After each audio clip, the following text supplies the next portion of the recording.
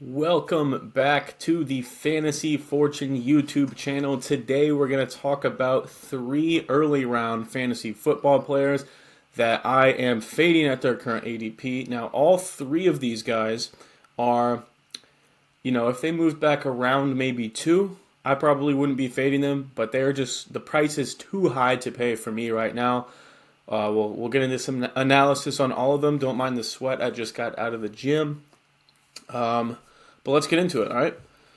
So, I was going to do worst pick in every round and do like the first 5 rounds, but there's nobody in round 1 that I don't like. I could probably make a case for Puka, but I'm not really going to sit here and say fade him because realistically, if I'm at that 11 or 12 spot and Puka's there, that's the guy I'm taking. So, there's no bad pick in round 1 in my mind. Unless you're reaching on a round 2 guy that's just not going there. Now, round 2, if you're going by Sleeper, which is the platform that a lot of people use, Sam LaPorta is a second-round draft pick, and I think that is horrendous. Personally, he goes about 20th overall, and then on Underdog and Fantasy Pros, his ADP is about 36th, so he's at the end of the 3rd round in other platforms, end of the 2nd round on Sleeper. Either way, I think it's bad, and we'll get into why. So, number 1, well, I'm not going to number these, but the first thing I want to talk about is last season he was 7th in receiving yards per game among tight end. Kelsey, Hawkinson, Kittle, Ingram, and Njoku, and Andrews all average more receiving yards per game than Sam LaPorta. And honestly, you could probably throw McBride up there as well because he didn't become a full-time player until the second half of the season. So I have a good feeling if you looked at the second half of the season, McBride definitely probably averaged more as well because he's only 4 yards under him on the 17-game sample if you're looking at that. So not at the top of the league in receiving yards. Now, if we want to look up touchdowns, he's way ahead of everyone else. And, the blind eye might look at that and say, oh, okay, well, he just scores touchdowns. Like, absolutely, that's why he's the tight end 1. He pretty much doubled everyone's total. You got these 5 players that scored 6 touchdowns, and then everyone else that was closer, they had 5. He basically doubled everyone in tight ends. I don't like that because, if you take away 4 touchdowns, he's probably outside of the top 6 tight ends. Now, I'm not going to be that guy that's, take away, his production and he's not as good. Obviously, okay? But touchdowns are something that can come and go. Travis Kelce and George Kittle both had double-digit touchdowns last year, only had 5 or 6 this year. A lot of different things can impact this. So it's not very predictable. And I want to throw up this graphic. This one is in my draft guide, so click the link in my bio if you want to check out my free draft guide, completely free. I have a whole bunch of write-ups, statistics, my opinions on fades, sleepers, good values, bad values, strategies, and rankings, all that stuff, completely free. If the link doesn't work, just DM me on Instagram because sometimes it does that. Now, look at these 7 tight ends, right? Is this 7? Yes. 7 different tight ends averaged at least 12.6 fantasy points per game. They're all between 12.6 and 14.6. And Sam LaPorta was the tight end 3 in points per game. And he only averaged 1.6 more points per game than the tight end 7. Now also, with this list, Trey McBride and Dalton Kincaid aren't even on here. Kincaid had a nice stretch towards the end of last season, and he's projected to be better this season. Trey McBride, I think from week 8 on, I'll throw it up here. I'm pretty sure off the top of my head, averaged over 15 points per game. Now that should maybe take a little bit of a dip with Marvin Harrison, but the point here is there is a ton of tight ends that are completely capable of being great starting tight ends for you. Honestly, I love all of the top 8 tight ends before there's a bit of a drop-off, and I don't even mind guys like Ferguson and Njoku and Bowers and Goddard, guys like that. The point of this graphic is just there's a lot of really good tight ends, and you're paying a really high price for Sam LaPorta. Let's look at some alternate guys because you are taking Sam LaPorta 2nd, 3rd round, and Kelsey kind of goes up there with him, and then you have Mark Andrews, Dalton Kincaid, and Trey McBride are usually the next guys off the board, which you can get a whole round to 2 rounds later. On Sleeper, it's 2 rounds later. Underdog and Fantasy Pros, it's 1 round later. George Kittle, let's look at his game log. 1, 2, 3, 4, 5 top 5 finishes in the past 6 seasons. The only one he wasn't top 5 is when he missed half the season. So if he's playing a full game or a full season, he's giving you a top 5 performance, and he's had 3 different top 3 performances. So he goes at 61st. Like I said, Sam LaPorta, 20th overall. Dalton Kincaid, look at this stretch that he had last year. He's going 2 full rounds after Sam LaPorta. 15, 17, 16, 16, 10, 8. Target machine during this stretch. And I think we're going to see a lot more of that this season, and he could be the number 1 option for Josh Allen this year. Trey McBride, 43 overall. That's 23 picks later than Sam LaPorta. He was the tight end 7 overall, like I said, despite averaging 15 points per game in the second half of the season when he started really playing football. And I'll pop up this elite stretch from Trey McBride. Mark Andrews, we all know what he is, 48th overall. Tight end 15 last year, but he missed obviously 7 games. He was on pace to be top 5. Tight end 4, tight end 1, tight end 6, tight end 5. Same shit every year. Kyle Pitts has a ton of upside. He's going 56. Evan Engram, 69th. He was the tight end 2 last year. And honestly, even Travis Kelce, who's going 5 to 10 picks after Sam LaPorta, I think I would rather have. I'll pop up this tweet from Nick Ercolano from BDGE. Travis Kelce is coming off his worst fantasy season since 2015. Still finished as the tight end 1 in points per game, though. Scored only 5 touchdowns despite seeing the second most red zone targets in the NFL, with 20 among tight ends. And the reason he had only 5 touchdowns, in Ercolano's opinion, and I kind of agree, is because Mahomes had his lowest touchdown total since 2019 with 27. And we've seen previous seasons of him throwing 41, 37, and 38, in which case Travis Kelce had 9, 11, and 12 touchdowns. If you look at Travis Kelce's game log, 8, 10, 2018 was when Mahomes came in. So 10, 5, 11, 9, 12, 5. So we know what Kelce is capable of. Personally, if I'm going to be posting my tight end rankings in tiers pretty soon here, I probably have LaPorta at 4. I don't blame you if you have him at 3, 2, or even 1. I'm just trying to make a point that Sam LaPorta is being drafted like he is going to progress from last year, in which case he had, he had almost 900 yards and 10 touchdowns. Now, 10 touchdowns, that is going to be very, very hard to progress from, which I don't think people understand. And yards, obviously, that could progress, but like I said, he was 7th in receiving yards per game. He's just being drafted like he's going to take this huge leap and destroy all of these other tight ends in production. You're not getting any value. Like, honestly, even if he does hit his ceiling, like you're the point of drafting fantasy teams, you're trying to draft people that are going to beat their ADP. There's almost no chance he beats his current ADP in the second round. Like, it doesn't make any sense to me. Enough yapping about LaPorta. That was a long segment, but I just have been arguing with people about LaPorta a lot, and so I wanted to make a YouTube video on it because nobody can listen to 60 seconds and have their mind changed from Instagram and TikTok. So, round 3, Josh Jacobs goes 26th overall on Sleeper, beginning of the third round. So let's pop up a tweet from Ron Stewart. In 2023, Josh Jacobs joined 15 other running backs since 2009 to hit 14-plus expected fantasy points per game and negative 1.5 fantasy points over expected per game in years 3 to 7 of their career.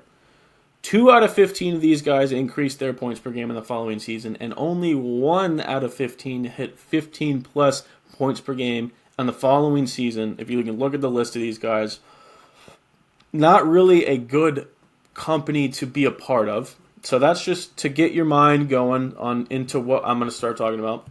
I'll continue with Josh Jacobs. Let's talk about how bad he was last season. He had the lowest yards per carry of any running back with 200-plus rushes in 2023. He ranked bottom 5 in yards before contact, yards after contact, broken tackle percentage, and evasion percentage. Shout out to Joe Orico. He posts great Twitter content for fantasy. He was the RB 56 in fantasy points per touch. And Green Bay has also added Marshawn Lloyd, who I will be talking about here soon. So he was bad last season. Actually, now is when I'm going to talk about Marshawn Lloyd. So let's talk about him, his profile for a little bit, and then we will dive into what it means for Josh Jacobs. So Marshawn Lloyd, 5'9", 226, 4.46 40, 22 years old. He was 5th in missed tackles forced per touch in this running back class and 4th in goal line success. Very elusive. And Josh Jacobs, I want to point out, he is not guaranteed beyond this season. So, let's dive into some coach speak. Once again, I always hype these guys up. I don't know who runs it, but this is a great page on Twitter that dives into what exactly the coaches are saying about their players and how reliable they are for fantasy football and all that stuff. Matt LaFleur, 75% reliable, but there is, if you just scroll through Twitter for 10 minutes, all you're going to see is how badly that the Packers coaching staff wants to involve Marshawn Lloyd and use a committee, and I'm going to go through all of them. So LaFleur says, you guys know how I feel philosophically. I think you have to have multiple backs in this league. I don't see it really changing much in terms of how we want to use our backs. Josh Jacobs is LaFleur's new Aaron Jones. He may see workhorse use at times, but that won't extend throughout the entire season. On the positive side, he figures to see a lot of work in the passing game and red zone like Jones did. This offense will cook, and Jacobs should be a key piece of that. Now, with talking about LaFleur and him wanting to use multiple running backs, I think it's worth pointing out that he was the offensive coordinator for Tennessee in 2018, and he had prime Derrick Henry at 24 years old and 28-year-old, which is pretty old for a running back, and Dion Lewis.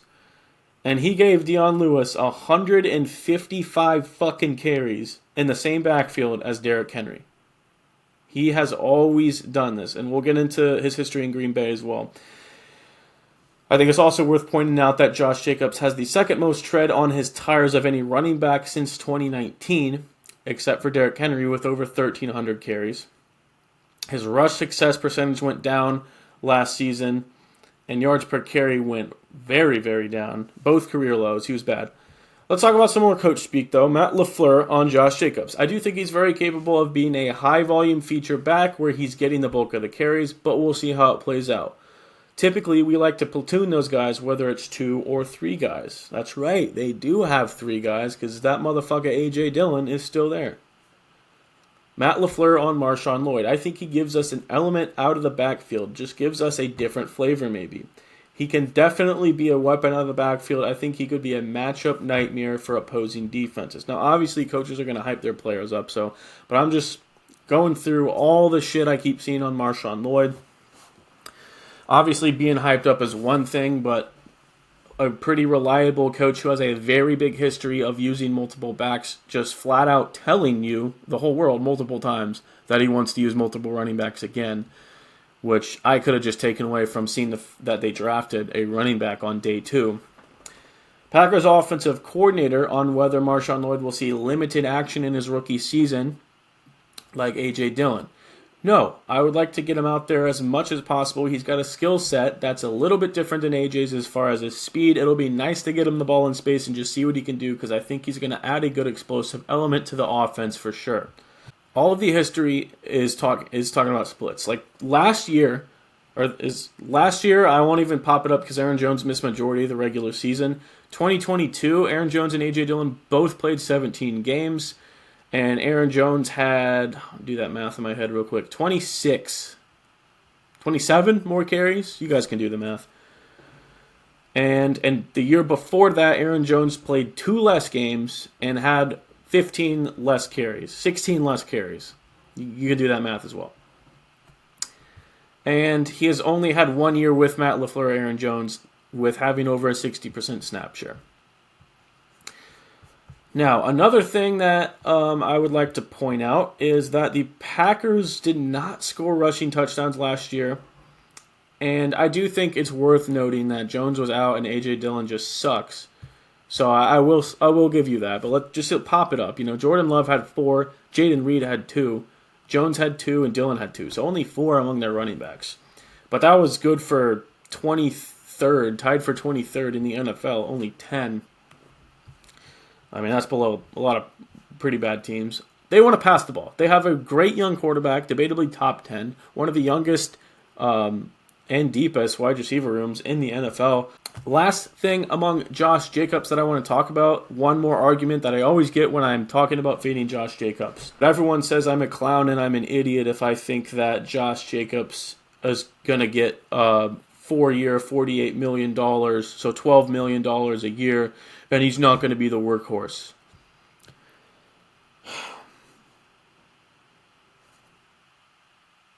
This is Aaron Jones' contract. This is Josh Jacobs' contract. I don't know why people think fantasy football, and once again, I could be wrong here, but I have a ton to back this up, and people think that fantasy football is just as simple as looking at a contract and saying, oh, they're paying him a lot? Okay, workhorse, he's going to be amazing. Got the same argument for Austin Eckler, which is a conversation for later, but oh, you think they're going to pay him all this money and not make him the workhorse back? Like, it is not that simple, guys. It's just not that simple. Same contracts. But anyway, let's get into CJ Stroud in round 4. I had a lot to talk about. This is going to be a long video, and I'm only talking about 3 players, but gotta get my opinion out there. CJ Stroud, QB 11 overall and QB 11 in fantasy points per game last season. Now, looking at the top 5 quarterbacks from last year, Josh Allen, Jalen Hurts, Dak Prescott, Lamar Jackson, and Jordan Love. What do most of these guys have in common? Rushing quarterbacks. And it looks like this every year. You got Josh Allen, Jalen Hurts, Lamar Jackson, Kyler Murray, even Justin Fields was QB6 in 2022. These rushing guys have a way better chance of finishing up here in the top 5, which I don't know if I said. CJ Stroud is going as the QB5 overall in the 4th round on Sleeper. So let's look at a chart from Ian Hartitz on Twitter. This is percent of fantasy points that came from passing and rushing. So, you got Josh Allen, Jalen Hurts, and Lamar. All over 30% of their fantasy points came from rushing. Dak Prescott, only 10%. And Jordan Love, 14%, which is right next to CJ Stroud at about 12%. So they all have kind of similar lack of rushing upside, although I personally think Jordan Love is a lot more capable than that. Dak Prescott, why was he QB3 overall with no rushing upside? Because he put up MVP numbers, which 4,500 yards, 36 touchdowns, 9 interceptions. He was the runner-up for MVP last year. I think he had a pretty good case to winning it as well. That is what CJ Stroud needs to do to return this value. And like I said, I'm just going to keep reiterating, he could do this. I just don't think it's a smart move. And it has a way higher chance of not returning value than him being literally a top 2 or 3 front runner for MVP, even though the odds say it. But I got more reasons as to why this is a crazy ADP. Let's look at the other guys that have a lack of rushing upside that I think could be top 5 quarterbacks easily. Joe Burrow going at 65th overall. That's 24 picks later than Stroud. Jordan Love going 85th overall, who was literally a top 5 quarterback last season. Yeah, going 44 picks after CJ Stroud. And Dak Prescott going 34 picks behind CJ Stroud. Despite being... So 2 of these guys, Jordan Love and Dak Prescott, were literally top 5 quarterbacks last season. What changed? For Dak, he lost Michael Gallup and Tony Pollard. He still got CD and Cooks and Jake Ferguson. I don't really know how much has changed for him to take such a big dip in ADP. Jordan Love, I think all that changed for him was picking up Josh Jacobs and his receivers getting healthier, Christian Watson being back and all that, tight ends as well. There was a lot of injuries in that receiving room last year. Joe Burrow, he's been a top 5. Look at Joe Burrow's game log. QB7, QB4. Every time he plays a full season, he's got 4,500 yards and at least 34 touchdowns. So this is a guy that's proven if he plays a full season, he's going to give you that. Dak Prescott, QB3 last year. Jordan Love, QB5 last year. And Dak's game log, he's been QB2, QB8, QB3. Like, very capable of it. And I haven't even talked about Kyler Murray, who goes about 40 picks later, too. And he's given us QB6, QB3, QB10. Damn, I don't have the graphic up. I'll pop it up right here. But Kyler Murray, I don't know off the top of my head, but I do know he's never been worse than quarterback 9 in fantasy points per game. Never averaged less than 18 fantasy points per game. And it's because of his rushing ups. Like, what was his rushing upside? Kyler. And this was last season on the ACL, 28% rushing of his fantasy points came from rushing. Probably will be a little bit higher this season. These guys all just go so much later than CJ Stroud, and they have, in my mind, pretty much the same chance of hitting this top 5 ceiling. So, I don't know. To me, there's a difference between... I don't really like going quarterback early in the first place. Obviously, you got Josh Allen, Jalen Hurts, Patrick Mahomes, Lamar Jackson, Anthony Richardson all go before CJ Stroud. They all have their own case for upside, especially Allen and Hurts. They're both the top 2 guys every year. Mahomes and Lamar have also had their years of being top 2. Tons of upside. Nobody's going to hate on those guys.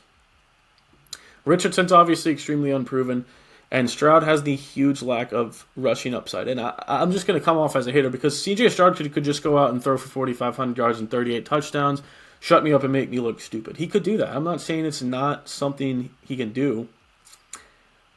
I just think it's another ceiling thing. Like, you're drafting him at his best possible finish, when realistically he could come out and be QB8, right? Like, honestly, his floor probably is QB8 or QB9. So I'm not saying this is like a super risky pick. He's not a risky pick, okay? He's not. He'll be fine. But you're just wasting a 4th-round pick when you can take Joe Burrow, Jordan Love, Kyler Murray, Dak Prescott in like round 7, maybe round 8. And honestly, if you look at all of the quarterbacks, Brock Purdy's the QB11. He was QB6 last year. Jared Goff is QB12. He was QB7 last year. Jaden Daniels, tons of rushing upside. Tua was top 10. And last thing I want to do is look at Mike Clay's projections. He's got CJ Stroud finishing as quarterback 7, throwing for 4,000 yards and 27 touchdowns. 182 and 3 touchdowns on the ground. I mean, I think that's a pretty reasonable projection. That's getting better from last season. And he's behind Burrow and Dak, who go 20 to 30 picks later than him, just like I was saying. I hope I made sense here because I post a lot of short-form content on Instagram and TikTok and Twitter even, and I just never have enough time to go through. I probably talked about each of these guys for like 8 or 9 minutes each. And people still may just take this and be like, "Oh my God, this guy's fading like some of the best players at their position." At least C.J. Stroud and Sam LaPorta. It's just about drafting at their ceiling, and there's a way better chance that they don't live up to that ceiling. But hopefully it made sense. I don't know.